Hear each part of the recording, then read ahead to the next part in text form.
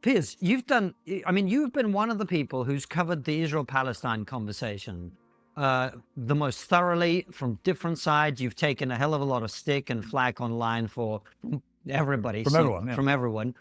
Why have you focused on that issue as much as you have, first and foremost? Well, when it happened, it was obviously a horrific incident, this terror attack on October the 7th. In all my days in journalism, straddling nearly 4 decades now, it was right up there with some of the worst things we've ever seen. So I realized the scale of what had happened was going to be enormous in terms of repercussions, in terms of analysis, in terms of what Israel would do by way of response. It was very like 9/11. What was going to happen after that? And as we saw, the repercussions are now still ricocheting around the world. So I felt like it was going to be an enormous story. I also felt that it was incumbent on someone like me, who tries to avoid boxing myself into partisan political camps. You know, I don't associate with any party. I don't really see myself tribal in that sense. I prefer to come at it as a journalist with an open mind, but with an ability to go after both sides if I feel like their argument is flawed. With an open mind, Piers says. Well, it definitely doesn't feel like an open mind every time you interview pro-Palestinian on your uncensored platform. What's going on, everybody? My name's Z, and today we're going to dig into Piers Morgan's take on Israel-Palestine. Is he the noble truth seeker he claims to be? Or is he just another round of Piers playing moral dodgeball with a touch of narcissism for flair? Let's face it, when Piers says he's open-minded, do we really buy it? Or is it just another way to say, I'm going to annoy everyone equally because controversy pays the bill? Stick around because this one's got more twists than a reality show. And spoiler alert, he might just be the host. Now, this is not an environment we live in these days, as you guys will know from the kickback you get. If you do that, you get attacked by everyone, because there are a lot of extremists on both sides of almost any debate. Brexit, Trump, Israel, Hamas, whatever it is, Ukraine, Russia. And they will suck the oxygen out there. And then everyone on social media will pile in on behalf of their tribe. So early on, I was aware that the numbers we were getting of people watching, the things like Bassem Youssef, 23 million people watched that on our YouTube channel, absolutely enormous number. I then went to America and did 2 more hours with him face to face, 12 million watched that. So we were getting these gigantic audiences for this stuff. And I realized that one of the reasons was people liked the fact I had everybody on.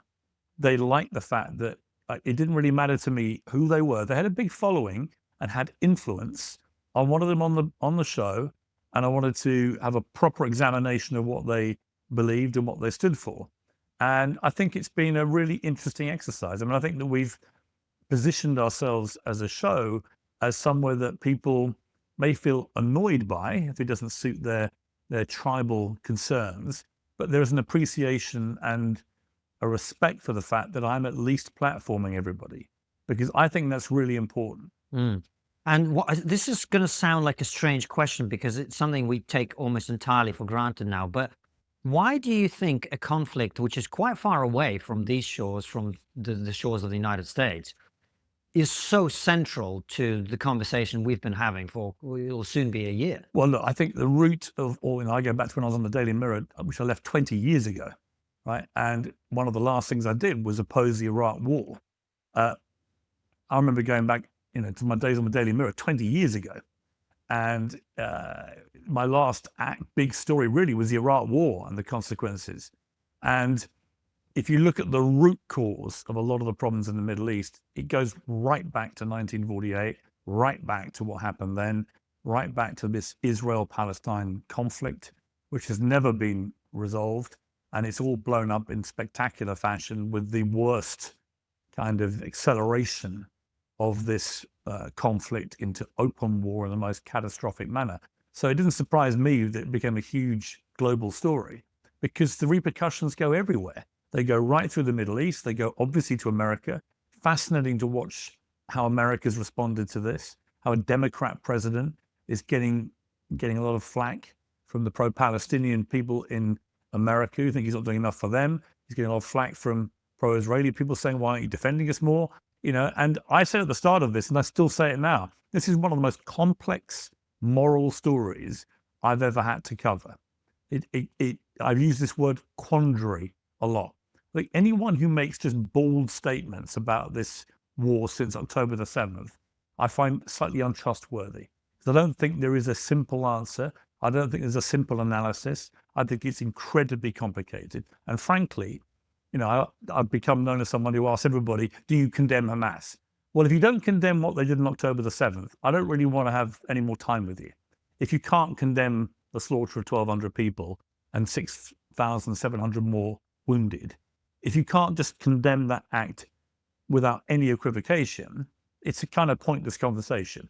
If you can, and a lot of my pro-Palestinian guests have done that, then I can have a proper conversation with you. Similarly, on the other side, if your only view on the pro-Israeli side is we've got to wipe them all out in Gaza, I have no time for that either. So it's not like, I will platform people right to the point I think they're complete nutcases. And it's a complicated story, deeply difficult story. And I fear we're now into a phase of this conflict that is going to take many, many years to try and sort out.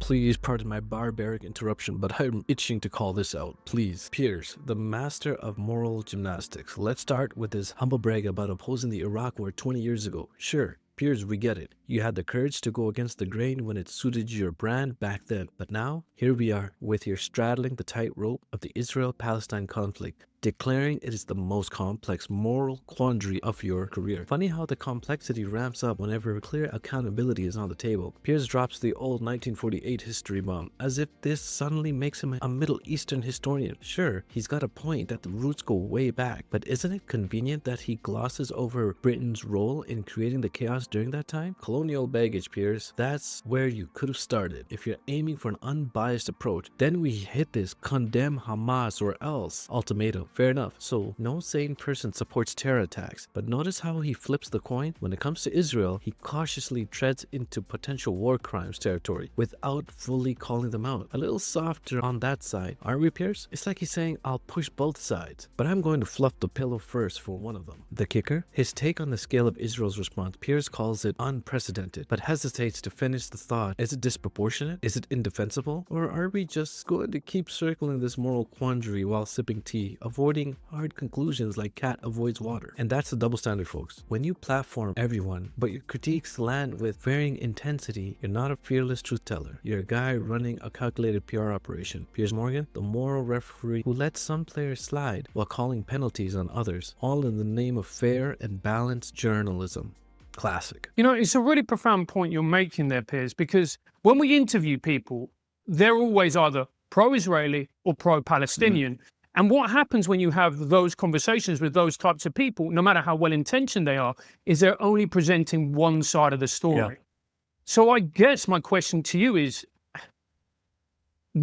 how do you see this conflict? What is your analysis of it?